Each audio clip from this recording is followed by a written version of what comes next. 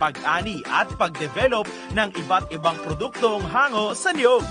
Lumahok sa libreng pagsasanay on-air. Handog sa inyo ng Radyo Eskwela, hatid ng Department of Agriculture at Agricultural Training Institute. Makinig na sa masaganang Coco Buhayan School on the Air on coconut production and processing. O, huwag liliban ha, dapat laging present. Matuto ng tamang kaalaman at mga paraan sa pagtatanim, pangangalaga, pag-ani at pagdevelop ng iba't ibang mga produkto hango sa niyog. Makinig na at lumahok sa libreng pagsasanay on-air. Handog sa inyo ng inyong Radyo Eskwela. Hatid ng Department of Agriculture at Agricultural Training Institute. O, huwag liliban ha, dapat laging present. Ito ang Masaganang Coco Buhayan School on the Air on Coconut Production and Processing. Alright, isang masaganang kokobuhayan sa ating lahat mga karadyo natin. Ito po ang programa na talaga namang napapakinggan. Dito lamang po yan sa 105.7 Radyo natin na FM. Ito po ang talagang usapan pagdating po sa pagniniyog. At syempre bago ang lahat ay aking munang ipakilala ang aking kapartner ngayon na color of the day yata natin ay kulay blue. Ayan, isang magandang umaga partner. Ay, magandang umaga sa iyo partner. Muli, kasama niyo po ulit ako sa ating isang oras na talakayan. Muli po, ako po ang inyong Coco Pasing. At ako naman po ang inyong Coco Marie. Yan, magandang umaga po. Siyempre, kami pa rin po ang inyong makakasama sa isang oras at makabulahang talakayan at kwentuhan na may kinalaman sa pagsasaka at pagproseso ng nyog. Tayo ay mapapakinggan tuwing araw ng Martes at Biyernes mula alas 11 hanggang alas 12 ng tanghali dito lang sa 105.7 FM Radyo natin Buwak. Yan, magandang umaga sa inyo mga kapartner. Yun, Ayan, magandang umaga oo, partner. at mukhang hindi na baliktad partner yung 105.7, tama na siya. Ayan, tamang-tama na. Ayan. So, anyway, kumusta naman ang iyong Biyernes? Actually, talagang ito yung simula ng weekend na naman. Sa bagay partner, alam mo yung buong linggo natin, full pack tayo sa mga information, yung sa mga nakaraan nating pagsasaera, napakadami nating impormasyon na natutunan sa ating mga tagapagsalita. Ngayong araw naman, tayo rin makakapulot ulit ng mga bagong impormasyon na kakailanganin ng ating mga coconut farmers sa pagpapaunlad ng kanilang mga sakahan ng niyugan. Yun, at talagang excited din ako dahil habang naka-episode 6 na tayo, abay, ang dami ko na rin natututunan. Ang dami na. Marami nang nakanotes. Oo, parang kailangan ko na rin magtanim. Ayan. Partner. Ayan. Alright, at syempre din sa lahat din ng ating pong mga nanonood, ngayon pong oras po na ito, abay nako, open na po ba ang inyong pong mga cellphone o di kaya open na po ang inyong pong mga radyo? Abay syempre live na po tayo sa ating mismong Facebook page na ating pong programa sa radyo natin 105.7 Buwak Marinduque Facebook fan page. O di kaya pwede ka rin manood mismo sa ATI Mimaropa at sa mga Facebook pages po ng PCA Marinduque. Ayan. So, bago natin simulan ng ating talakayan, ay babatiin ko po muli ang mga SOA coordinators na masisipag ng bawat bayan. Unahin po natin ang SOA coordinator ng Buwak, ng Mugpog, ng Santa Cruz, Torrejos, Binavista, at syempre Gasan. Yan, magandang umaga po sa inyong lahat. Siyempre, hindi naman mawawala, kailangan din nating batiin ang ating mga municipal agriculture officer. Napakasisipag din ng mga ito.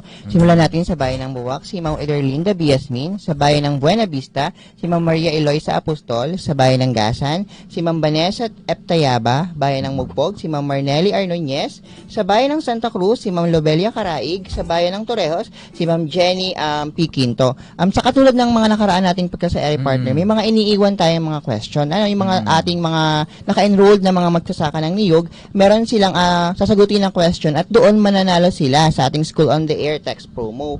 At nung nakaraang pagkasa-area natin, nag-iwan tayo ng isang katanungan na nang sa ganun, pag nasagot nila ito at na-text nila ang tamang sagot, makakakuha sila ng 60 pesos na worth ng load. At syempre, yung nakaraan nating discussion, ang iniwan nating question ay ang ilang bunches o buwig ng coconuts ang ma-harvest natin sa loob ng isang taon sa ating mga tall varieties o sa ating matataas na uri ng niyog. At ang tamang sagot po nito ay 12 or 12 bunches. Kasi nga, di ba, sabi ng ating tagapagsalita na nakaraan nating pagkasa-ere, sa loob ng isang taon, dalawang 12 bunches lamang po ang pwede nating ma-harvest sa ating mga tall varieties. At syempre, dahil nga po sa tanong ngayon, meron tayong dalawang SOA text promo na nanalo. Ano po? Ang uunahin ko po ang mula sa bayan ng Torrejos, barangay ng Tigwi, si Miss Jenny B. Pastrana. Ulitin ko po, ang atin pong nanalo sa ating School on the Air text promo ay mula po sa bayan ng Torrejos, barangay Tigwi, si Ma'am Jenny B. Pastrana. At mula naman po sa bayan din ng Torrejos, sa barangay ng Malibago, si Mr. Marquez Florendo. Ayun, si Ma'am Jenny B. Pastrana at si Sir Florendo Marquez. Mag-update po kami sa inyo pag naipasa na po namin yung inyong napanalo ng load po sa inyo. Maraming salamat po sa pagsali. Ayan, Ayan, at congratulations, no? Oo, sa kanilang lahat. At syempre, nakikinig ka na lang, ay, abay, meron ka pang papremyo, di ba? Yeah. Parang yan napatambay ka lang. Tapos, abay, may panalo ka na, di ba? Ayan. Alright. So, para nga simulan yung ating talakayan ngayon, ito ay karuktong pa rin ng GAP, or Good Agricultural Practices for Coconut. Yan.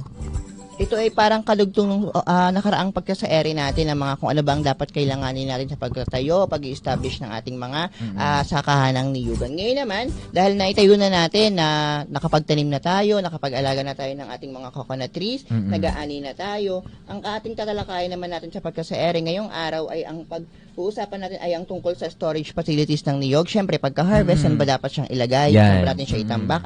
At saka yung environmental safety and workers' health, safety, and welfare ng mga nagtatrabaho sa niyugan. At kailangan natin gawin yun para masigurado yung para masigurado natin walang contamination yung ating mga coconuts. Ayan. Para nga tayo ay bigyan ng kaalaman tungkol sa mga paksang nabanggit, ay makakasama po natin ang Division Chief 1 ng Philippine Coconut Authority, Marinduque Provincial Office, na si Sir Judy D.P. Pinco. Ayun, magandang umaga po sa iyo, Mr. Judy D.P. Pinco. Maaari po kayong bumati sa ating mga tagapakinig ngayong umagang ito. So, una, magandang umaga po sa ating lahat, sa libu-libong nakikinig dito sa ating School on the Air, at lalong-lalo na dito sa 500 nating estudyante ng ating School on the Air. Muli po, naririto ang inyong lingkod. Kung natatandaan ninyo, ako po yung kauna-unahang naging resource person ninyo. Nung magsimula, kami po ay nangangapapa noon. At sa ngayon po, ay nasa ika-6 na episode na tayo ng pagsasaere ng ating School on the Air. Alright, at syempre sir, no, dahil natutuwa kami dahil nitong episode 1 ay nagulat lang si sir dahil nasa kabila. Ngayon nasa na siya. Nandito na siya. Malapit na siya at nalalapit na. Ayan. So maraming salamat po sir sa inyong mainit na pagbati sa ating mga tagapakinig.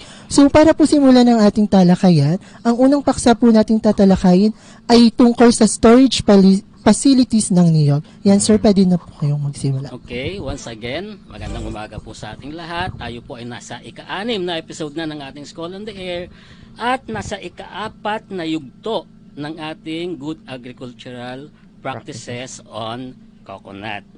Ang paksa po na naiatang sa akin tulad ng nasabi ni Coco Maring ay ang storage facilities, environmental safety, and workers' health, safety, and welfare.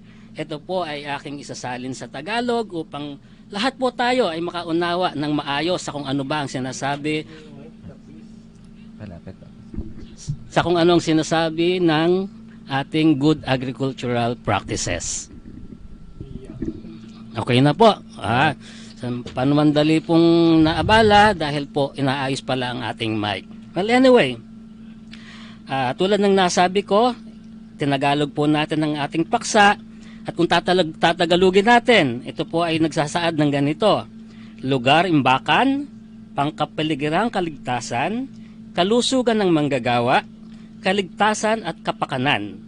Ito po ay halaw sa Bureau of Agricultural and Fisheries Standards na isang ahensya po na nakadikit naman sa Philippine National Standards. Sa buod po ng ating paksa sa ngayong araw na ito, unahin po natin yung ating storage facilities o lugar imbakan.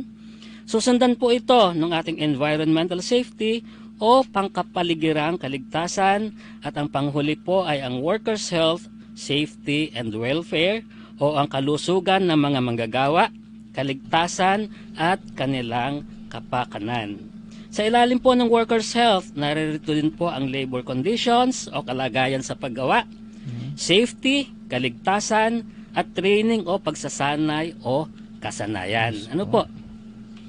So sa ilalim po ng good agricultural practices, no, o yung ating GAP na tinatawag, meron po tayong 4 na elemento dito.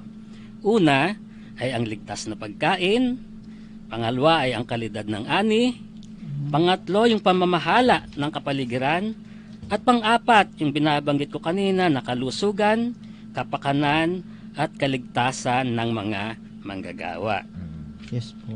So unahin po natin yung ating storage facilities. Tulad po ng nabanggit kanina ni Coco Pasing, ito po ay mahalagang malaman natin upang maiwasan natin yung ating mga sakuna or aksidenteng maaaring mangyari sa ating mga farm or even sa ating mga tahanan kung hindi po natin ito tututukan.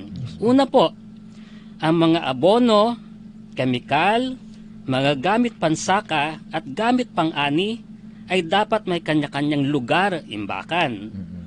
Ang mga lugar imbakan ay dapat din na maaliwalas at dinisenyo upang mapadali ang paglilinis ng mga natapong mga bagay-bagay at kung ano man ang maaaring tumulo tulad ng mga pestisidyo. Ano po?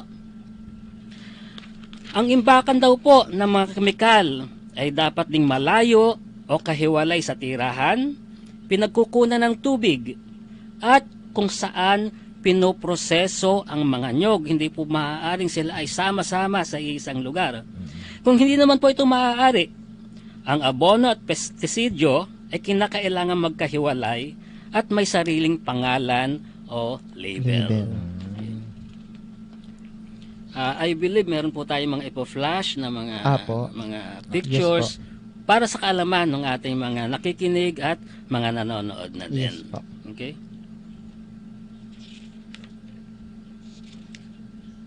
So kung sa mga nanonood po, nakikita ba nila ito? Yes, sir. Makikita nyo po dito yung mga mali at mga dapat na pamamaraan sa pag-iimbak ng ating mga gamit sa ating mga pangsakahan. Ano po? Sayang yung ating mga nakikinig sa radyo o maaari din naman sila ay nakakanood din sa kanilang mga Facebook dahil po tayo ay naka-live sa Naka-live mga po tayo. pagkakataon na ito. Ano? Ayan, So, sige, sige, sir. please. Ayan, so sir, napapansin ko, no, talagang dapat ay may sapat, no, actually yung Dapat space. properly Oo, labeled pati nakikita lahat. natin dyan sa presentation ng storage facilities. Ayan. Yan. Alright, so Sige lang yun po. po yung mga do's and don'ts. Alright, sige sir. Pwede na ako magsimula. Ano po? So, nakita po natin dito sa isang ipinlash natin dito na yung kanyang abono at ang kanyang pestisidyo ay magkahiwalay. Sinasabi po dito na dapat magkaroon ng hiwalay na lagayan ang mga chemical na gamit sa paghahalaman. Ang formulasyong likido o yung mga liquid ay hindi dapat ilagay ng mas mataas sa mga formulasyong pulbos. Bakit kaya? Sapagkat matapon man po yung formulasyong pulbos, ang babagsakan po nitong formulasyong likido ay nasa isang safe na lalagyan at hindi magkakaroon ng kontaminasyon o reaksyon na maaaring magsanhi ng aksidente. Ano po? So yun po yung idea tungkol dito sa paghihiwalay ng formulasyong likido at formulasyong pulbos. Dapat din po ay may lugar tayong haluan kung saan pinagsasama-sama o hinahalo ang magagamit sa sakahan tulad ng abono at pamatay kulisap. Sa mga nakatanggap na po ng mga abono mula sa PCA, kayo po ay familiar dito lalo na nung panahon ng mga 1990s hanggang early 2000 na pinaghahalo-halo natin ang ating mga abono, katulad na rin po ng pamatay kulisap. Dapat din ito ay kumpleto sa gamit. Ano po yung ating storage facility tulad ng brush, dustpan, plastic bags at mga buhangin kung sakaling matapon ang hinahalong mga chemical. Ito po yung ating magiging pantabon na tinatawag. Ano? At maituloy ko, ang mga chemical ay dapat nakatabi ng may maayos at maaari lamang makuha ng mga autorisadong tao. Ano po? Bawal na bawal po ito, especially sa mga bata. Ano po? Dahil ito po ay delikado, kalimitan po at lahat po ng ating mga pestisidyo, alam naman po natin na ito ay lason. Ang lugar taguan po ay dapat na nakadesenyo kung saan may iwasan o mababawasan ang panganib ng kontaminasyon. Ito po yung binabanggit ni Coco Pasing kanina. Ano po? Dapat ding ito ay may emergency facility sa mga pagkakataong tulad ng pagkakatapon ng mga kemikal, sunog at iba pang kalamidad. Paki-flash lang ulit po yung ating mga pictures na makikita nila dyan, yung mga tamang mga tamang pag-iimbak ng ating mga gamit sa ating sakahan. Ano po? Ayun. So makikita niyo po mga sa ating mga tagapagsubaybay po sa ating Facebook Live, may pina-flash po kami ng mga proper storage facilities para po sa ating mga gamit sa pagsasaka at yung mga pestisidyo po natin, mga fertilizer, meron din pong mga nakalagay sa ating screen na kailangan po nating sundin nang maiwasan po natin yung sinasabi po ni Sir kanina na contamination. Ayun. At sige po sir, para ipagpatuloy po ang ating discussion. So sa pagpapatuloy po ng ating paksa, dapat din na ang lugar imbakan, of course, dapat ito ay malinis at walang anumang bagay para pamugaran ng mga peste, especially itong ating mga daga, no? Ating ipis, even yung ating mga langgam. So panatilihin lang po natin ang kalinisan at kaayusan ng ating lugar imbakan. Ano po? So, yun po yung ating mga tagubilin at maihahatid sa inyo tungkol po sa paksa ng ating mga lugar imbakan. Po, sir. Sir, putulin ko lang po yung discussion mo tungkol sa storage facilities. Base po sa iyong mga nabanggit kanina, ano po yung sasayin po sa ating mga tagapakinig na pinaka-importante o buod ng pagsunod po ng tamang proseso tungkol po sa storage facilities? Ang pinaka-importante po dito, of course, yung hihiwa-hiwalay ng ating mga gamit pangsakahan.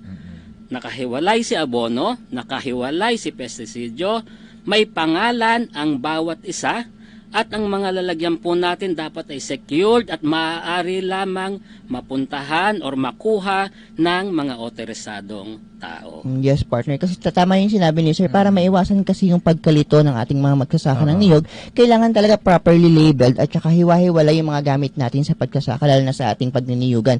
Kasi pag nagamit natin isang bagay na hindi naman talaga angkop dun sa ating pananim, maaaring magkaroon yun ng chemical reactions o maaaring mamatay yung ating tanim na halaman. So, mangyayari doon, yun ay isa na ring loss kasi loss na yun in terms na yung production ng ating coconut at loss na rin yun kasi nagamit natin yung hindi naman talaga para doon sa gamit na yun. Yes. Ano po, syempre, na-discuss na yun tungkol lahat sa storage facilities, yung kagandahan ng pagsunod sa tamang pagsegregasyon ng ating mga gamit, ng ating mga fertilizer, ng mga pestisidyo para sa ating sakahan. Ngayon naman, dahil na-discuss natin yung tungkol sa kagandahan ng storage facilities, sa pagpapatuloy ng ating talakayan ngayong umaga, syempre, kung maayos ang ating storage facilities, syempre kailangan din naman nating alagaan ang ating environment.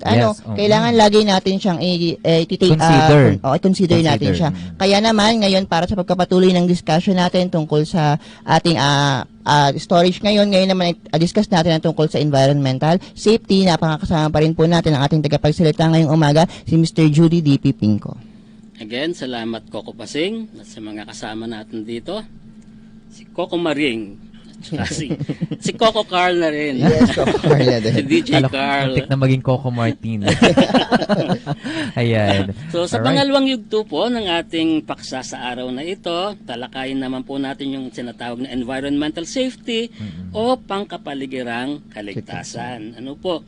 Sabi dito, upang maiwasan ang kawalan ng balansing ekolohikal, hinihikayat ang lahat ng magsasaka, hindi lamang po magsasaka ng niyog, kundi lahat na po ng mga magsasaka na gumamit ng tinatawag na biological control o mga buhay na pang-control sa mga peste. Ano po? Yes po.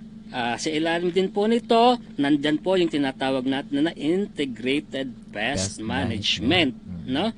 Na ang prinsipyo at pamamaraan sa ilalim ng IPM o ng integrated pest management ay dapat gamitin hanggat maaari upang mabawasan ang paggamit ng mga pestisidyo. So, inuulit ko po, para mabawasan ang paggamit ng mga pestisidyo sapagkat tulad po ng nabanggit ko kanina, wala pong pestisidyo na nakakain. Oh, yes Lahat po. po ng pestisidyo ay lason, maaari pong lason sa mismong halaman, sa hayop, sa kapaligiran, at lalong-lalo na po sa tao. Yes. Okay.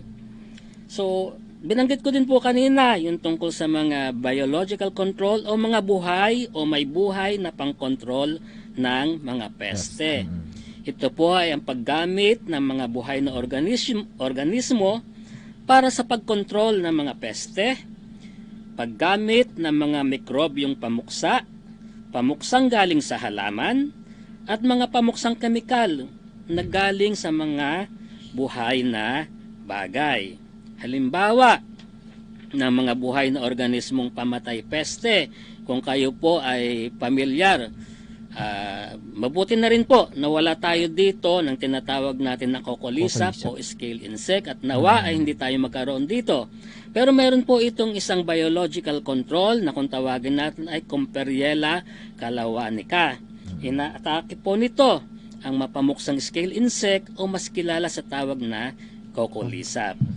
Idagdag ko na rin po, nung mga nakaraang taon, tayo ay nagkaroon dito ng, hindi naman po tayo lamang, ito po ay lumaganap sa buong Pilipinas, yung ating problema sa brontispa. At isang ginamit po nating epektibong pamamaraan sa pagkontor nito ay yung ating tinatawag na earwig o yung ating knight in shining armor pagdating dito sa ating pagkontrol ng kolisap. Siya yung parang Darna natin. Okay, Darna ng mga insekto. So yun po ang mga paggamit ng ating mga buhay na organismong pamatay peste.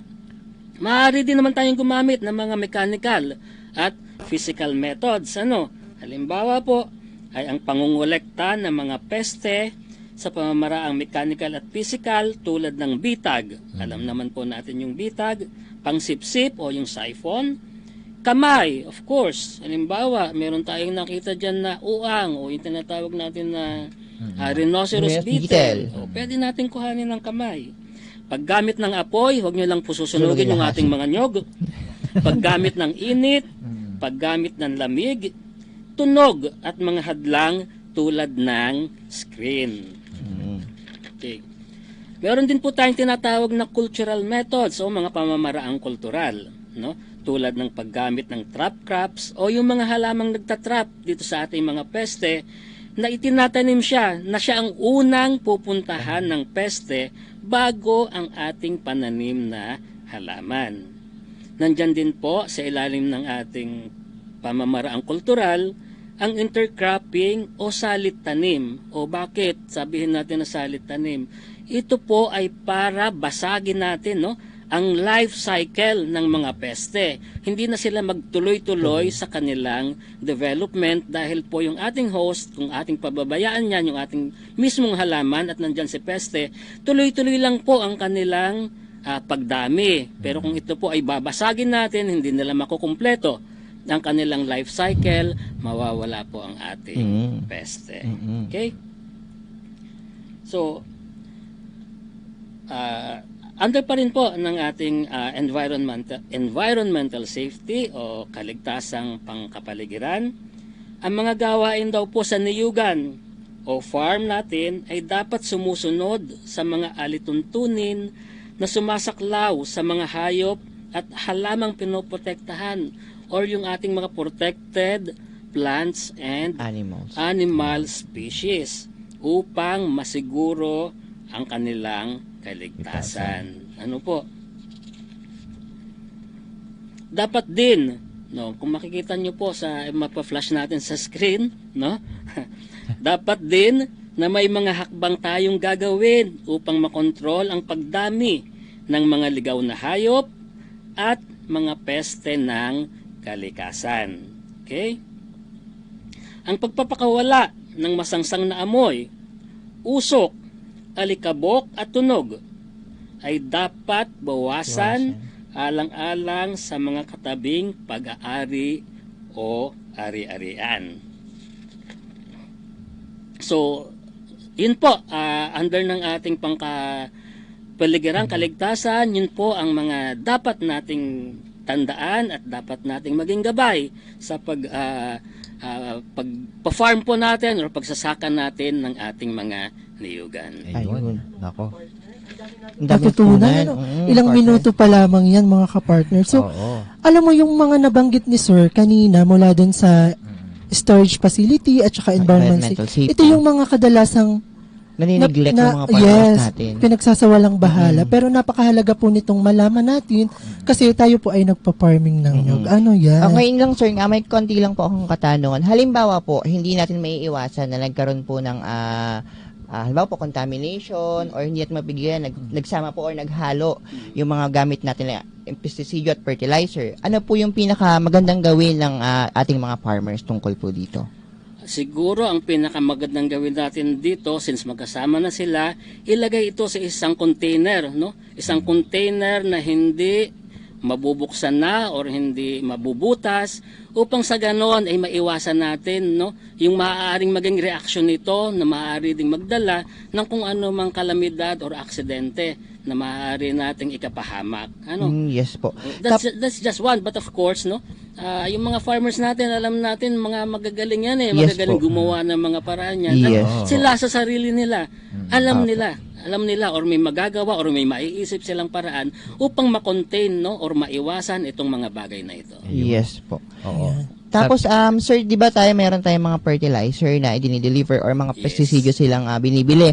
Required po ba na may bubong o wala yung kanilang pag-i-storan po nito? Yun, napakagandang tanong kasi doon pong mga panahong ako ay bago pa lamang sa PCA, Yes po. noong mga 1990s na yan, nagkaroon po tayo ng programa sa fertilization o pag-aabono. Nakakakita po ako ng mga abono sa ilalim ng mga puno na pinamumugaran Yes ng po. mga aso, ng pusa, o Yun. kung ano man. So napakahalaga po na meron talagang sariling lugar imbakan ang ating mga farm inputs. Upang maiwasan unang-una syempre ang pagkasira nito, no? At pangalawa, siguro yung maiwasan na rin kasi ito po ay mga abono, ito ay may mga presyo, no? Yun. Meron tayong minsan mga kababayan na medyo siguro kinakapos at Oo. hihila muna ako ng isang sako dito ng abono at aking ibebenta kay Juan o kay Pedro man.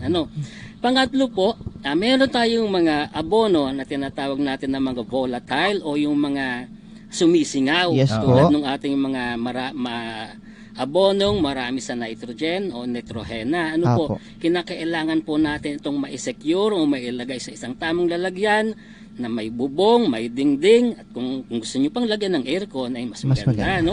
Pero yun po ang pinakamahalaga doon na ito ay hindi dapat sisingaw. At ito Ayun. po ay masasagot nitong sinasabi ni Coco Pasing na storage facility. Yun, po, sir. At saka isa pang tanong, sir, follow-up question po. Ang dami kong tanong, partner. Oo nga. Halimbawa, sir, Nakakahalata din ako. halimbawa, sir, po, Kinikisa yata nitong aking si Coco Pasing na ito. halimbawa, sir, nakabili tayo ng fertilizer at o kaya po ng pesticide. Ngayon po, di ba po sa mga lalagyan nito or packaging nito, proper labeled po, na may nakalagay doon na kailan siya dapat ma-expired o kailan siya dapat gamitin. Ano po, pag po ba ito ay nag-expired, kailangan po ba itong gamitin? Ano po may papaya mo sa ating mga magkasaka ng nagtungkol po dito? Pwede bang mag-mask na lang tayo sa question na yan? Kapag ka po kasi nag-expire ang isang bagay, ibig sabihin ay nawawalan siya ng visa. Oo. Ang para sa akin naman, no, kung hindi naman magkakaroon siya ng masamang epekto, halimbawa po, kasi ang mga abono po natin, may tinatawag dyan na yung mga halo, hindi siya puro talagang abono, kundi meron siyang mga halo, no? Na ito naman ay hindi nakakasama sa ating mga halaman. Yes po. So, parang sasabihin na natin na gagawin nating medium na lang siya ng ating pagtatanim at malay natin, may mga natitira pang sustansya itong mga abono na ito. Huwag lang siguro natin na lalabisan o lalampas tayo sa kung ano yung dosage na kanyang inirerekomenda. Okay? Ayun, salamat. Talagang, So mga partner, may share lang ako. Isa pa ding tumatak sa akin na topic ni Sir ngayon ay yung IPM or Yes. Integrated Pest Management. Madami pala talaga tayong mga control Yes, na pwedeng gamitin bago tayo mag-resort sa chemical control. Ano yan? Ay, dun po kaya sa mga pesteng itim ang ulo, ano po kayang control? Charot lang. Parang ano to, Kidding no? aside. Ito yung nakakausap natin. Ayan. Nako talaga naman, no? Alam mo, alam mo, partner, ang dami natin napapag-usapan, lalo na pagdating, nasa ano pa lang tayo, no? Nasa number 2 pa lang, ano? At talagang, ang dami na rin mga natututo ding mga nagko-comment, no? Yung ating mga kapakinig natin. Na Marami pala silang kailangang i-consider Oo. tungkol sa pag-aalaga ng niyog. Ayan, So, kaya, sige, partner. Para pagpapatuloy po ng ating talakayan, ay makakasama po ulit natin si Sir para sa ating huling topic ngayong araw, ang worker health, safety, and welfare. Yan. Talagang ako'y ginigisan itong aking mga alaga na ito. Ano, sa Ayan. akin Parang lahat- may lihim na. Sa akin lahat itinoka yung kanilang dapat nagagawin. Ano. Pero ibalik ko lamang po muna dito sa IPM. Ano, kung kayo po ay pamilyar dito sa ating scale insect, ako po ay bago mapunta ng Marinduque, ako po ay na-assign ng Bataan, Zambales and then Baler. No? Dito po sa Bataan, nung kasagsagan ng scale insect, nagkaroon din tayo ng isang barangay dito na pinamugaran itong ating scale insect. Dito natin talagang napatunayan kung gaano kabisa itong ating mga biological control. Ang pesticide po ay pinakahuli dapat sa ating mga priority sa pagkontrol ng mga peste. Tayo po ay gumamit dito ng tinatawag nga natin kanina na anong tawag doon? Yung kalawanika. Yung biocontrol. Ito yung kulisap, Kulisap, na kumakain naman dito sa mga itlog nitong ating mga kukulisap. yung mga So hindi peste. na sila makakalaki, hindi na sila magkakaroon ng mapamuksang trait para patayin yung ating mga nyo. Doon pa lang mapuputol na yung development. So, in short, para natural. Natural. Yes. Oo, hindi tayo gumamit ng chemical doon Yes. sa ano na yun. Naging nakatulong pa tayo na buhay pa natin yung kalawanika. Diba? Nagkakapagparami pa siya.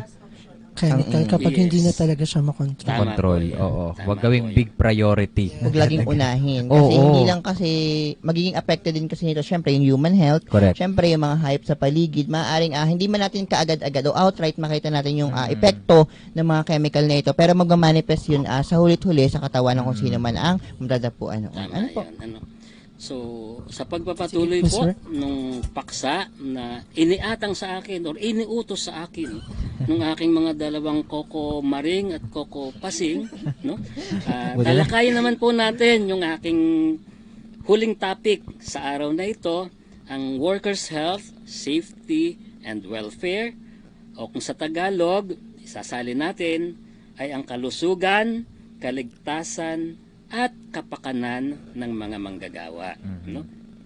Sinasabi po dito na ang mga magsasaka ay dapat tratuhin ng naaayon sa rules and regulations ng Department of Labor and Employment. Kasama na ang iba pang akmang mga batas. So yun po, napakaliwanag po noon. Dapat sila ay tratuhin ng tama, ng naaayon sa mga batas na umiiral. Ano po, kung sino man ang hindi po susunod dito, kayo po ay lumalabag sa batas. Ano po? Dagdagan ko pa po, no, na ang mga magsasaka ay kinakailangang bayaran ng agaran at sa tamang halaga ayon sa kanyang natapos na gawain. Yes No? po. Agaran, ibig sabihin, hindi po yung teka muna or bukas Bukas na lang, Oo. sa isang araw na lang. Agaran po, kalimitan po kasi sa ating mga manggagawa, sa ating mga sakahan, ito po ay arawan kung ating bayaran. No? So at the end of the day, so kinakailangan nilang magsaing, kinakailangan nilang kumain, Oo. kinakailangan nilang magluto ng ulam, at least meron po silang maibibili ng kanilang pangangailangan sa pagkain. Ano po? Wala dapat diskriminasyon sa pagtanggap sa trabaho ng ng mga manggagawa. Ikaw man ay malalaki, ikaw man ay mababae, Membro ka man ng LGBTQ plus QIA Ayun nga, plus. kayong dalawang mas may alam dito. Ayun, membro ka man ng LGBTQIA plus, Ayan, kailangan oo. pa rin po ay walang discrimination. Correct. Oo. Po, napakahalaga po noon kasi ang magagawa ng isang lalaki o magagawa ng isang Ang babae, babae. ay magagawa rin po ng tinatawag natin na sektor ng LGBTQ IA plus. IA, meron pang plus. Yes po. Hindi rin po kinoconsider dito ang edad, no? Sa diskriminasyon, maaari pong makuhang isang manggagawa, si lolo, hanggat kaya niyang gumawa. No? Huwag lamang po tayong bababa sa edad 18 sapagkat yun po ay forced labor o child labor ng tinatawag. Ano? Dapat din na walang mga kaso ng sapilitang paggawa. Ito po yung forced labor na nabanggit ko na. Hindi makatarungang terminasyon o basta ka na lamang tatanggalin sa trabaho mo nang walang dahilan. At pagbabawal na maging membro o kinatawan ng mga unyon sa paggawa. Ito po ay karapatan ng lahat ng manggagawa. Okay?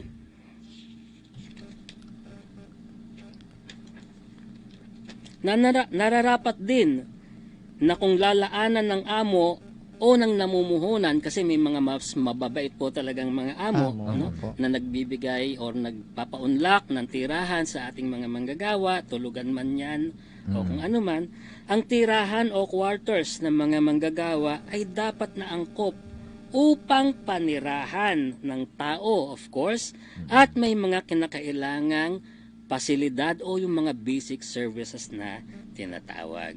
So, sa screen po natin, kung maaari nating ma-flash, yung mga binabanggit ko, ano po, tulad halimbawa, basic, ang tubig, mga palikuran, yan po.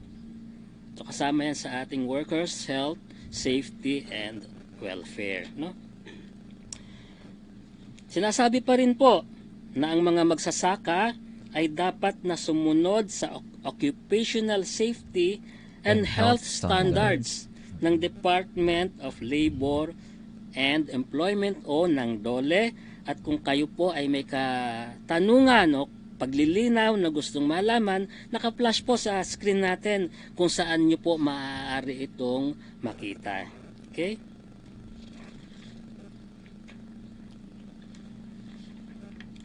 Sa ilalim po ng kaligtasan ng workers' health, safety, and welfare, nararapat na ugaliin ang pagsusuot ng tamang proteksyon tulad po ng mga PPE, mga gloves, mga salamin, at ligtas na paghawak ng mga inputs at mga gamit pansakahan para sa kaligtasan ng lahat. Especially, lagi nating sinasabi, itong mga nag-i-spray ng ating mga pestisidyo. Kayo ay gumamit ng mga tamang kasuotan dahil tulad po ng binanggit ko kanina, wala pong pestisidyo na nakakain. Lahat po ito ay lason. Ano po? Idagdag ko din na dapat din na mayroong laging nakaabang na pangunang lunas o emergency kit, no? Para sa maliliit na sugat at galos. Halimbawa tayo ay naglulukad o halimbawa tayo ay nagtatapas or even nagkakawit, no? Dapat meron tayong mga emergency kit dito. Meron tayo ulit, band-aid, mga gasa upang mabigyang lunas kaagad natin yung mga kasamahan natin o mga manggagawa natin na nasusugatan, no? Bago sila depende sa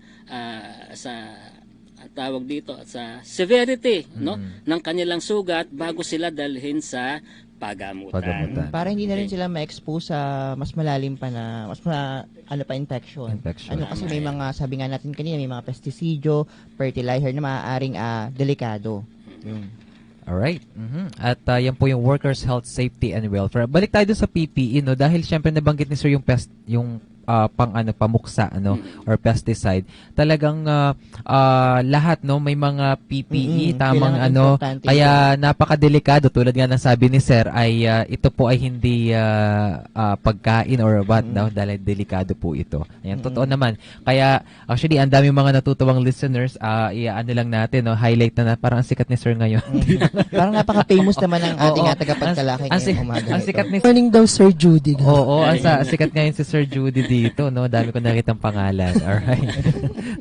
Sige, Sir. Pero kung kayo ay naunang nakinig sa akin, sasabihin nyo naman, bakit naman ito pang kinuha nating resource person? Nagkakabulol-bulol na, hindi pa makabasa.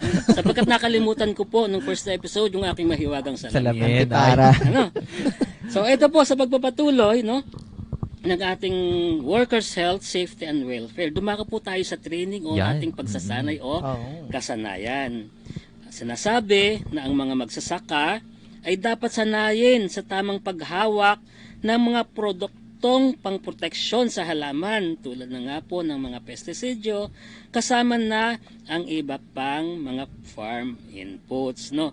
Maaari siguro nating matap or mapakiusapan muli ang ating kapartner, ang Agricultural Training Institute, tungkol dito sa bagay na ito. Oh, kasi napaka-importanteng alam mo yung paggamit ng mga bagay na ito. Correct. Okay. Proper training. Yes. Oo. Kasi kung wala tayong training, hindi natin alam, mali na pala yung ginagawa natin, at ito ay nakakasama na pala sa atin nang hindi natin nalalaman. Kasi sir, actually no, ito ay talagang dapat ay tutukan. Kasi ito very technical to eh. Tama. Itong sa pagdating sa ganitong sa mga farmers lalo na po, at pag may mali na kapag sinimulan mo, sabi nga naniniwala talaga ako at lagi ko itong quotes lagi sa sarili ko na kapag mali ka sa simula, mali ka na sunod-sunod na yan. Tama diba? yun. Napakagandang kaisipan nanggaling kay Coco Carl. Okay? Ayan. Alright. So sa pagpapatuloy po, unless meron pa po kayong Wala naman ako. Sige, sir, sa pagpapatuloy po tayo. ng ating paksa sa ilalim ng ating training o ang ating pagsasanay o kasanayan, ang mga employer daw po, kasama na ang mga magsasaka, ay dapat na may sapat na kaalaman o kasanayan na mahalaga sa good agricultural practices. Tulad halimbawa ng una, pagpapatakbo ng mga sasakyan, mga equipment, at mga gamit pangsakahan. Di ba ga? Alam natin na especially yung mga makinarya natin, ito ay may mga umiikot na bagay, no? Yes po. At isang pagkakamali lamang, no? Maaari kayong maputulan ng kamay, maisama si braso, sumuot na rin kasama na ang ulo. So, yun po, no? Maiwasan din ang aksidente at mga dapat gawin kung may emergency, ligtas na paggamit ng mga kemikal, kalinisan sa katawan, of course, no? Dapat ay may sarili tayong kalam sa bagay. Ito naman ay basic, no? At hindi na sigurong kinakailangang ituro, bagkos ay paalalahanan lamang, no? Yung ating kalinisan sa katawan at ang tamang paghawak ng mga ani. Ito yung sinasabi natin kanina na hiwalay kung hiwalay. Hiwalay si abono, hiwalay si pestisidyo, Yun. at hiwalay ang ating mga ani. Alright. Okay? Buti nadugsungan agad ni Sir yun. Ayan. Hindi pala hiwalay na ano. Oo. Hiwalay Oh. na hiwalay. Sinasabi pa po na may mga dokumentado, nauunawaan at sinasalitang mga tagabilin upang alam ng mga manggagawa ang gagawin sakaling may aksidente o emergency. Ang mga tagubilin na ito ay dapat nasa wikang nauunawaan ng lahat at nakapaskil sa madalas na makitang lugar o laging pinupuntahan ng mga tao. Ano po? Ito po yung halimbawa ay halimbawa ko lang yung mga fire exit. Yan po, may mga paskil yan na madaling makita ng tao. Alam ng tao kung saan sila pupunta sakaling may emergency. Tulad din po ito nung sinasabi ko kani-kanina lamang. Yung mga tagubilin, kinakailangan ito ay malinaw. Kinakailangan ito ay nasa isang wika na nauunawaan ng lahat. Ay, yes po, Okay? sir. Dahil po dun sa yung mga nabanggit, sir, mula sa storage facility, environmental safety, at syempre po yung safety ng ating mga health, yung mga workers natin, yung mga training na nakukuha nila. Ngayon, sir, halimbawa, sir, nagawa ng lahat ito. Ano sa tingin mo po yung comparative advantage ng pag-practice po ng lahat po ng iyong tinalakay kanina? Of course, sabi nga ni Ernie Baron, ng nasirang Ernie Baron, knowledge is power. Oo. No? Kung walang knowledge, walang Power. power. Tayo po, sa mga kaalaman na ganito, ine-empower po tayo o binibigyan tayo ng kapangyarihan, no? Na maisagawa kung ano ang dapat, kung ano ang nararapat, kung ano ang tama. So, yun Yes. po. At follow-up question po ulit. Ang dami kong question. Ang dami kong question sa lahat ng Ready si Coco Pasi. Ayan, sige. Pag-uwi, baka ano ko pa balik na ako. Ayun, sir, halimbawa, hindi nagkaroon ng proper training itong ating mga tagapaghawak ng halimbawa ng ating mga fertilizer at ating mga chemicals. Pwede ba natin silang outright isabak dun sa tamang sa ating mga fertilizer or pesticide? nabanggit ni Coco Carl kanina na kapag ka ikaw ay nagsimula sa mali, no? Hanggang sa dulo ay mali ka na. din. Ano? Sa ganang PCA naman po, tulad ng binabanggit natin kanina na tayo po ay namimigay ng mga abono. Wala man silang proper training yung ating binibigyan ng mga abono, subalit nandyan naman po yung ating mga agrikultor o ang ating mga agriculturist na handa pong magbigay sa inyo ng tinatawag natin na crash training o agarang pagsasanay upang maisagawa natin ang pag-aabono ng nararapat at kung tama ang ating mga inilalagay na abono. So, nandito lang po ang PCA, nandito lamang po kami para sa mga bagay na yan. Alright, ayan. So partner, baka may tanong ka pa. Meron pa? Napakadami ko ng tanong. Oo, pero alam mo partner, ito highlight ko lang yung mga comment para kasabi nga Yes, ay partner. talagang sikat ngayon si Sir. Sabi niya, marami daw natutunan ang mga kasama doon yung estudyante. Actually, no, nakakatuwa dahil may mga young at hearts. Ayan, Yes, tayo na estudyante na natututunan tayo. Sabi nga, kaya nga Radyo Eskwela ay Yes, talagang on air ito. On air ito At natin hindi lang pag-usapan. syempre, napapansin din natin yung ating mga magsasaka ng niyog, syempre tumatanda na, aged na sila. Kailangan din naman natin syempre ng mga young and emerging coconut farmers natin. Nang sa ganun, magpatuloy pa ang pagsasaka ng niyog. Kasi alam mo yung ating proyekto na ito, yung nung una pa lang na pagsasaera ng ating programa, binanggit na yun ni Sir yung CFIDP natin, tatakbo ng 50 years. Oo. So maaaring wala na tayo dito or maaaring yung ating mga coconut farmers na medyo aged na, ay syempre magpahinga na sila, kailangan natin ng mga emerging coconut farmers. So kailangan natin ng mga batang magpapatuloy ng pagsasaka ng niyog para magkaroon tayo ng sustainability, ika nga. Very well said. So, ano ko lang, pansinin ko lang, may napansin akong comment sa ating Facebook Live. Mula kay Florendo Marquez, mahirap pong puksain ang kulisap na itim ang ulo. Minsan dala pa po pati buko. Maraming nakaka-relate po na farmer. Oo, akala ko Tama po yun. Kala ko sa pelikula ko lang nakikita Meron yan. din no? pala sa real life. Sa tunay na Dala buhay daw lahat. meron. Oo. Ay, yun. Nako talaga, sabi dito na bumawi si Sir talaga, si Sir Judy. Sabi dito na ating commentators, napakalinaw po ng paliwanag ni Sir. O talaga. Talaga Salamat namang po. bumawi. Salamat. Oo. Parang gusto nating araw-araw ni Sir kasama natin. Ayan. Alright. Okay, at syempre sa ating pong let's take a break muna ng mga kapartner para nang sa ganun ay hihinga muna kami ng maluwag-luwag dahil ang dami namin natutunan ngayong oras na ito. Ayan, so bigay oras muna tayo sa ating pong mga commercial. Babalik po tayo. Dito lamang po yan sa programang Koko Buhayan. Alam nyo ba na ang Pilipinas ay pumapangalawa sa mga pinakamalalaking producer ng niyog sa buong mundo? Sa 82 probinsya sa bansa, 69 ang nagtatanim ng niyog. Saklaw ang mahigit 3 milyong ektarya ng lupain. Umaabot naman sa mahigit 300 milyon ang dami ng mga namumungang niyog sa bansa. Tara na't sumali sa iba't ibang programa ng pamahalaan para mapagyaman pa ang industriya ng pagnyunyog sa bansa. Ang paalalang ito ay hatid sa inyo ng Department of Agriculture, Agricultural Training Institute at ng himpilang ito. Bilang isang major coconut producer, ang Pilipinas ay nakapagtatala ng mahigit 14 metric tons na ani ng niyog kada taon. Umaabot din sa 91.4 billion pesos ang average export earnings ng bansa mula sa coconut products. Ilan lang sa mga tradisyonal na produktong ito ay ang copra, copra meal, coconut oil, desiccated coconut at coconut shell charcoal. Kasama rin sa ating export products ang non-food at non-traditional items gaya ng virgin coconut oil, hydrogenated coconut oils, coconut handicrafts at coco coir. Talaga namang angat sa coconut.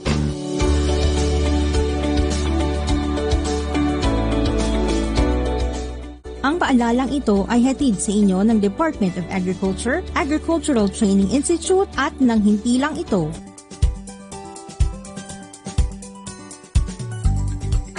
Masaganang Koko Buhayan, School on the Air on Coconut Production and Processing. Alright, and we're back mga karadyo natin. Ito pa rin po ang programang Masaganang Koko Buhayan. Ayan, hatid po yan sa atin ng Philippine Coconut Authority. At syempre bago natin ibalik, no, ay ang dami kong nakikita dito. Talagang ang dami tayong viewers. Oo. Oo. Ano, Ang dami nating viewers natin ngayon. Parang gusto ko natin araw-araw na lang si Sir. Nandito kasama natin siya. Ano, baka naman sa mag-discuss. baka naman sa sunod na airing natin, baka naman. Ayan. Sabi nga, ayan, lakas maka Alden Richards ni Sir ngayon. Ayan. Inaabangan ka pala, sir, eh. Ayan. So, tuloy-tuloy pa rin po ang inyong pakikinig sa ating programang Masaganang Kokobuhayan, Radyo Eskwela sa Pagninyo. So, bago po tayo dumako sa ating Sawa Text promo, ay ibabalik ko muna po ulit kay Sir. Baka po may gusto siyang sabihin or batiin. Yan, Sir. Maraming salamat. Unang gusto kong gawin, of course, ay mag-shout out. Yes. Pwede po. Shoutout po sa aking inay na ngayon ay nandito sa booth. Oo. At Yes, proud tinitingnan mama. kung paano daw ba magtrabaho ang kanyang napakagwapong anak. Yan. At Ang gana bang ko, Sir ano? Alden, ano? kasama ko rin po dito yung aking bunsong kapatid na si Nini. Ayan. Sa ating mga nakikinig, sa ating mga nanonood through Facebook Live, maraming salamat po sa inyong pakikinig, sa inyong pagtangkilik sa ating School on the Air, lalong-lalo na po sa ating 500 estudyante ng programang ito. Muli po, uulitin ko, huwag po kayong bibitaw. Yan. Maraming salamat po at magandang araw sa ating lahat. Alam mo, partner, may nabasa ako dito. Paganda na paganda ang ating episode. Aba ay... Kaabang-abang daw ang Kaabang- mga susunod pang episode Oo, natin. mukhang may kailangan to mga to, no? Ayan. Thank you so much daw, sir. Sabi ni... Parang may mga teachers din tayo mga nakikinig, no? Sa mga farmers. Hindi na lang mga coconut farmers natin na nakikinig. Kahit mga teachers, mga nasa corporate world, nakikinig na rin sila sa Kahit ating hindi sila programa. rehistradong mga estudyante, ay willing silang makinig sa ating programa. Yun. Ayun, sir, maraming salamat po sa pagpapaunlak po ng, sa araw na ito para talakayin po ang mga nabanggit kanina. Ngayon naman po, hindi lamang po ito tungkol sa mga katanungan or kaalaman na pwede nyo makuha po mula po sa ating programa. Ano po, dahil dito po sa ating programa, pwede po kayo makatanggap ng 60 pesos na load. Yun. Ibig sabihin po nito, kung kayo po ay nakikinig sa ating programa, sa ating talakayan mula kanina, kami po kasi may School on the Air text promo. Ngayon po, pwede po kayong manalot dito. Mag-iiwan po kami sa inyo ng isang katanungan at yung tanong po na ito ay nagkakahalaga po ng 60 pesos na worth ng load. At syempre, partner, kagaya ng kaugalian natin sa kauna-unahan nating speaker, required or mandatory ang sponsor ng Oo. ating load. Pag may guest, no? Kasi madami namang puri siyang Oo. natanggap. Marami siyang papuring natanggap, nabusang kanyang energy, kaya kailangan din po, mandatory naman po namin ito sa aming programa. Okay, 100 piso sa kung sino Ay. man. Ay! Oh, yan. Ay! Tataas pa 100 na po, 100 na. 100 piso sa kung sino man ang makakasagot ng tama sa iwan ng katanungan ng atin pong mga Ayan, kasama. maraming Marami salamat, naman sir. exposure si sir sa ating live. Napakalante naman ang ating sponsor ngayong araw. Ano? Ayan. So- isandaan. So, Daan paalala lamang po sa ating mga tagapakinig ay tanging mga rehistradong estudyante lamang ang pwedeng sumali sa ating SOA Text Promo. At para mabilis naming malaman kung sino ang mananalo sa ating SOA Text Promo, ay sundin lamang po ang format na ito. I-text po ang pangalan, barangay o munisipyo kung saan po kayo napapabilang at ang sagot po sa inyong tanong. Uulitin ko po, i-text po ang inyong pangalan, barangay o munisipyo kung saan po kayo nabibilang at ang sagot po sa inyong sa aming katanungan. Yan. So ito na po ang ating katanungan sa araw na ito. Koko? Ayun. At ayon po sa ating talakayan ngayong umagang ito, ang akin lamang pong iiwan ng katanungan mula po sa inyo ay ano ang ibig sabihin po ng IPM? Uulitin ko po, ano ang ibig sabihin ng IPM? Ayan, para po sa ating mga estudyante, kung alam nyo po ang sagot sa ating SOA Text Promo, ay i-text nyo na lamang po sa ating numerong 0949-889-5478. Uulitin ko po, 0949-889-5478. Ayun. At bibigyan ko lamang po kayo. May isa-shoutout lamang po ako Sige, kasi sige. may nag-chat po sa akin sa personal account ko po. Wow. Ano po? Ayun. Famous na tayo. PM. Ayun. Nagpapa-shoutout lang po yung mga mini vlogger po ito Ah, okay, mula okay. sa Santa Cruz, Tungkab TV, si Astig TV na pag-aari po ni Mr. Will Dan Otto Butlam. Ang ganda naman ng pangalan niya, no? Viven Works, Lekram Otab Mitab. Ayun, yun maaari nyo pong i-visit ang kanilang mga Facebook page. Nang sa gayon po, makita nyo po yung mga mini vlogs po nila doon. May mga konting aral po kayong mapupulot po mula sa kanila. Oh, Ano po? hindi basta-basta kung ano Yes lang, di po. ba? At May- para naman po sa ating mga tagapakinig sa araw na ito, may iiwan kaming Koko Kaalaman para sa inyo. Koko? Kaalaman. Ito na po ang ating Koko Alama para sa araw na ito. Ang Agricultural Training Institute Regional Training Center Mimaropa sa pangunguna ng Career and Development Section ay magsasagawa ng training of trainers on production of coconut products and byproducts mula Agosto 19, 2023 sa probinsya ng Oriental Mindoro. Ang nasabing 5 araw na pagsasanay na dadaluhan ng 20 leader na magsasaka at agricultural extension worker ay naglalayong magbigay ng kaalaman at kasanayan sa mga kalahok hinggil sa produksyon ng mga produkto at byproducts mula sa niyog.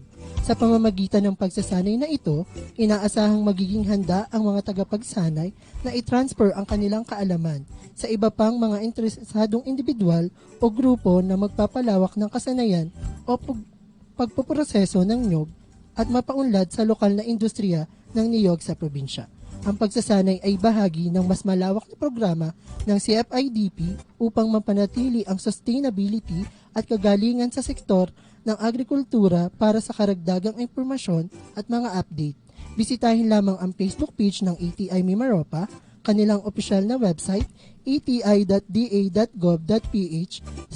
ati.da.gov.ph/ati-4b at mag-like at mag-subscribe na rin sa kanilang YouTube channel, ATI Mimaropa.